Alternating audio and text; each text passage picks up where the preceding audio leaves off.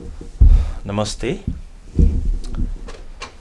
आज म यहाँहरू समक्षमा फेरि पनि केही जानकारीमूलक जानकारीहरू लिएर उपस्थित भएको छु। यहाँहरू सबैजनालाई थाहा नै छ, हामीले विगत वर्षदेखि international welfare and support foundation of America द्वारा विभिन्न सामाजिक कार्यक्रमहरू आयोजना गर्दै आएका छौँ र हामीले जुन international welfare and support foundation of America मार्फत द्वारा आयोजना गरिने मेरो डान्स कप युएसए, मेरो भोइस कप युएसएलाई पनि स्थगित गरेका थियौँ कोरोना भाइरसको कारणले गर्दाखेरि र समाजमा एकदमै ठुलो अवसर परेको कारणले गर्दाखेरि यो भाइरसले एउटा जनक्षति गर्ने भएको कारणले गर्दाखेरि बाध्यतावश हामीले जुन सोहरूलाई स्टप गरेका थियौँ त्यसलाई स्थगित राखेका थियौँ र मलाई पूर्ण रूपमा विश्वास छ आउँदो वर्ष 2021 यानि कि 2021 सालमा हामी त्यसलाई पक्कै निरन्तरता दिने नै छौँ र समय र परिस्थितिले साथ दिए छ भने हामीले त्यसलाई निरन्तरता दिने जानकारी पनि यहाँहरूलाई म गराउन चाहन्छु।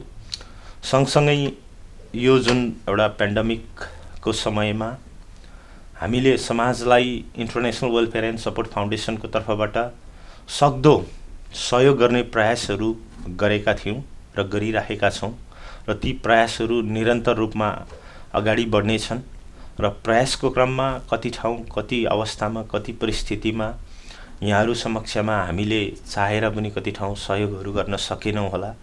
यदि इन्टरनेसनल वेलफेयर एन्ड सपोर्ट फाउन्डेसनको तर्फबाट कुनै भुल त्रुटि भएमा यहाँहरू समक्षमा म क्षमा माग्न चाहन्छु र आगामी दिनमा समाजको एउटा सुनौलो भविष्यको लागि, समाजको एउटा प्रगतिको निम्ति international welfare and support foundation of America निरन्तर रूपमा लागिपर्छ र यो फाउन्डेसनको जन्म नै एउटा समाजको सेवा, समाजको उन्नति, समाजको प्रगति र समाजमा रहेका विभिन्न वर्गका मान्छेहरूलाई सहयोग गर्ने उद्देश्य बोकेर चाहिँ जन्मिएको यो संस्था हो र यो संस्थाको जबसम्म यो संस्था रहन्छ तबसम्म यो संस्थाले निरन्तर रूपमा समाजको उन्नति, समाजको प्रगति र समाजमा रहेका विपत्तिलाई जहिले पनि साथ दिन्छ भन्ने म एकदमै यहाँहरूलाई चाहिँ प्रतिज्ञा गर्न पनि चाहन्छु र international welfare and support foundation कुनै स्वार्थमा डुबेर, कुनै स्वार्थमा रहेर आएको संस्था होइन।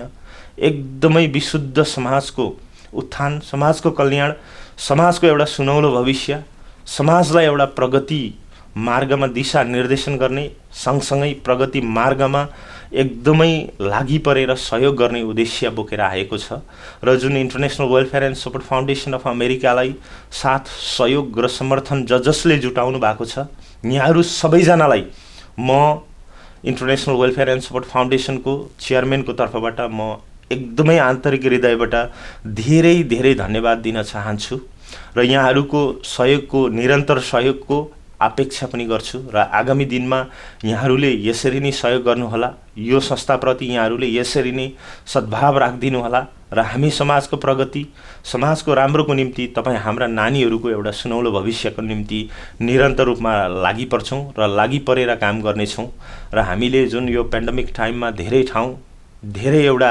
लोकेसनमा, सिटिजहरूमा हामीले चाहिँ जति सेनिटाइजर्सहरू, पिपिइजहरू बाँड्यौँ र हामीले अहिले पनि विभिन्न ठाउँमा विपत्तिमा परेका मान्छेहरू, यदि तपाईँहरूको सिटीमा स्पेसियली कुनै पनि विपत्तिमा, अप्ठ्यारोमा परेका मान्छेहरू हुनुहुन्छ भने उहाँहरूलाई हामी समक्ष पठाइदिनुहोस् र international welfare and support foundation of America जहिले पनि अप्ठ्यारो, विपत्ति, विपन्न वर्गको मान्छेहरूलाई उत्थान गर्न, सेवा गर्न लागिपर्छ र यो फाउन्डेसनले जहिले पनि मानव सेवा गरिराख्छ र समाजमा भएको अप्ठ्यारोलाई जहिले पनि सहयोग गरेर एउटा सहजीकरण गर्ने प्रयास सदाबार गरिराख्छ भन्दै यसरी नै आज म यहाँहरू समक्षमा एकदमै एउटा राम्रो या खुसीको खबर लिएर उपस्थित भएको छु र यहाँहरूलाई त्यो म जानकारी गराउन चाहन्छु। जुन इटागारे प्रोडक्सन मार्फतबाट यहाँहरूलाई यो जानकारी गराउन चाहन्छु कि international welfare and support foundation of अमेरिकाले जुन विगतमा गरेका चिजहरू यहाँहरूले देख्नुभयो र आगामी दिनमा यो international welfare and support foundation of अमेरिकाले के गर्दैछ र यसको केही कार्य योजनाहरू यहाँहरू समक्षमा म विशेष गरी प्रस्तुत गर्न चाहन्छु। यहाँहरू समक्षमा ती जुन योजनाहरू चाहिँ यहाँहरूलाई जानकारी गराउन चाहन्छु।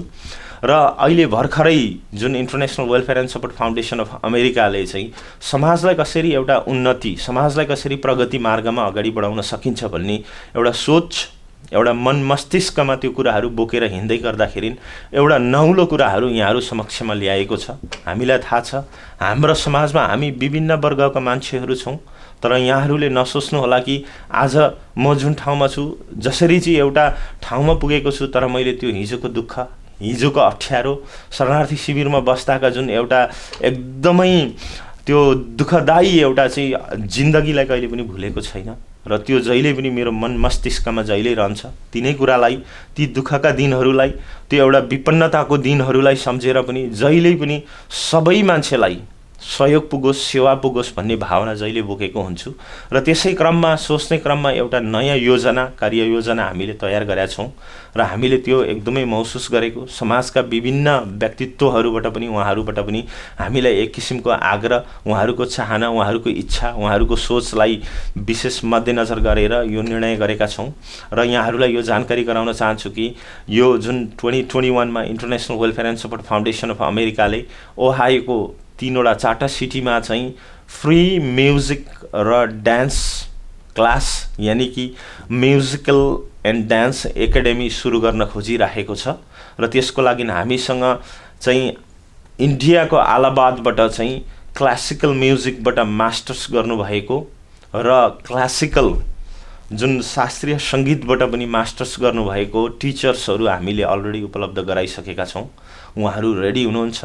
उहाँहरूले सिन्सिनेटी लोकेसन, कोलम्बस लोकेसन, त्यसरी नै एक्रोनमा 3वटा सिटिजहरूमा चाहिँ उहाँहरूले आफ्नो जुन आफूमा रहेको सङ्गीत र कला नृत्यलाई तपाईँहरूका समक्षमा चाहिँ नानीहरूलाई सिकाउने सक्दो प्रयास गर्नुहुन्छ। र त्यसलाई international welfare and support foundation of अमेरिकाले चाहिँ त्यो जुन व्यवस्थापन गर्नेछ, त्यो व्यवस्थापनको जिम्मेवारी सबै international welfare and support foundation of अमेरिकामा रहनेछ। र हामीसँग त्यो सुरुवात गर्नको लागि यहाँहरूलाई धेरै जानकारीहरू छन्, हामीसँग धेरै कुराहरू छन्।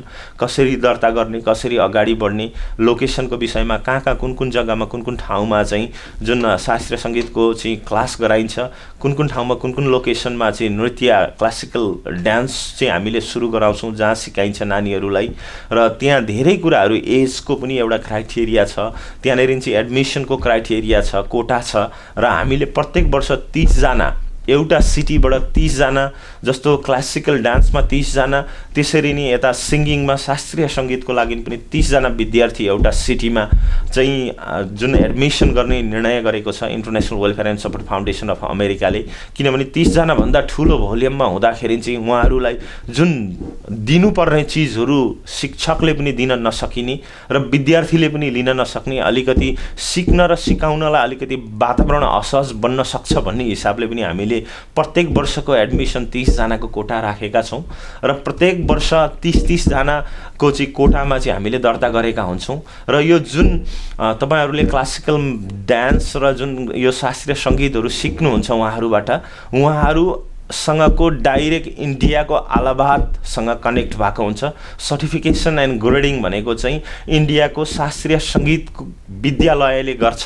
र त्यसरी नै यतापट्टि चाहिँ क्लासिकल डान्सको नि इन्डियाको जुन क्लासिकल डान्स स्कुलले नै गराउने। र यो जुन academy, musical and dancing academy चाहिँ यसलाई चाहिँ अमेरिकाको विभिन्न ठाउँमा international welfare and support foundation of अमेरिकाले नै गराउने र शिक्षकहरू हायर गरेर यसरी नै हामी ओहायोबाट सुरु गरेर हामी पेन्सिल्भेनिया, क्यान्टकी, अन्य सिटीहरूमा, अन्य ठाउँहरूमा पनि यसलाई लाने नै छौँ। र जब हामी शिक्षकको खोजीमा छौँ, यदि कोही शास्त्रीय सङ्गीतबाट मास्टर्स गर्नुभएको छ, यहाँले शास्त्रीय सङ्गीत सिकाएको धेरै ठुलो अनुभव छ भने कृपया यहाँहरूले हामीसँग सम्पर्क गर्नुहोला। र त्यसरी नै यदि कोही क्लासिकल डान्स गर्नुभएको छ, यहाँसँग क्लासिकल डान्सको मास्टर्सको सर्टिफिकेसन छ र यहाँले सिकाएको अनुभव छ भने पनि तपाईँहरूले सम्पर्क गर्नुहोस्। International welfare and support foundation of अमेरिकालाई सम्पर्क गर्नुहोस्। तपाईँहरूले फाउन्डेसनको पेजमा गएर पनि त्यहाँ नम्बर छ, त्यहाँबाट पनि सम्पर्क गर्न सक्नुहुन्छ। र त्यसरी नै मैले यहाँहरूलाई अघि अर्को एउटा जानकारी गराउन भुलेको छु, र हामीले प्रत्येक ठाउँमा शास्त्रीय सङ्गीत, क्लासिकल डान्स र तबला क्लास प्रत्येक लोकेसनमा हामी गराउँछौँ। उहाँहरूले प्रत्यक्ष रूपमा आएर शिक्षकहरू तपाईहरूको सिटीमा, तपाईहरूको सहरमा आएर उहाँहरूले प्रत्यक्ष, अनलाइन होइन, प्रत्यक्ष रूपमा चाहिँ त्यो क्लासहरू गराउनुहुन्छ। र हामी जब यो जुन पेन्डेमिकबाट जब हामी यहाँबाट बाहिरिन्छौँ, हामी तुरुन्तै त्यो क्लासहरू सुरु गर्छौँ र त्यसलाई सुरुवात गर्छौँ। त्यसको लागि यहाँहरूको सहयोग, यहाँहरूको जुन समर्थन, यहाँहरूको चाहिँ जुन एउटा हौसला हामीमा रहिराखोस्, यहाँहरूको हामीप्रतिको सद्भाव एकदमै रहिराखोस् भन्ने पनि म विशेष गरी यहाँहरूलाई आग्रह गर्न चाहन्छु। र यहाँहरूले सहयोग गर्नुभयो, यहाँहरूको माया, यहाँहरूको जुन एउटा सहयोग, यहाँहरूको सद्भाव नै हाम्रो लागि सबैभन्दा ठुलो हतियार बन्छ र समाजको निम्ति काम गर्नको लागि एकदमै ठुलो अवसर बन्छ। र यसरी नै समाजलाई अझै राम्रो गोरेटोमा चाहिँ दिशानिर्देशन गर्न, यानि कि राम्रो गोरेटोमा यहाँहरूलाई लगाउनको निम्ति, नानीहरूलाई लगाउनको निम्ति international welfare and support foundation of America निरन्तर रूपमा लागिपर्छ। र यो फाउन्डेसन कुनै जात, धर्म, जाति, धर्म, लिङ्ग कुनैसँग चाहिँ आबद्ध भएको छैन। यो सम्पूर्ण नेपाली भाषी जति पनि अमेरिकामा बसोबास गर्नुहुन्छ अहिले, उहाँहरूको लागि सेवा दिनको लागि आएको संस्था हो। र यसले यहाँ मात्र नभएर नेपालमा शरणार्थी शिविरहरूमा पनि जुन सहयोगहरू उपलब्ध गराइरहेको छ त्यो कुरालाई पनि निरन्तरता दिइराख्नेछ भन्दै यहाँहरूलाई जानकारी गराउन चाहन्छु। र हामी जुन आगामी वर्षमा मेरो डान्स कप युएसए र मेरो भोइस कप युएसएलाई पनि जुन निरन्तरता दिएका थियौँ, जुन रोकेका छौँ, त्यसलाई पनि यो पेन्डेमिकबाट हामी रिलिफ हुने बित्तिकै तुरुन्तै हामी त्यसलाई पनि सुचारू रूपमा सञ्चालन गर्नेछौँ।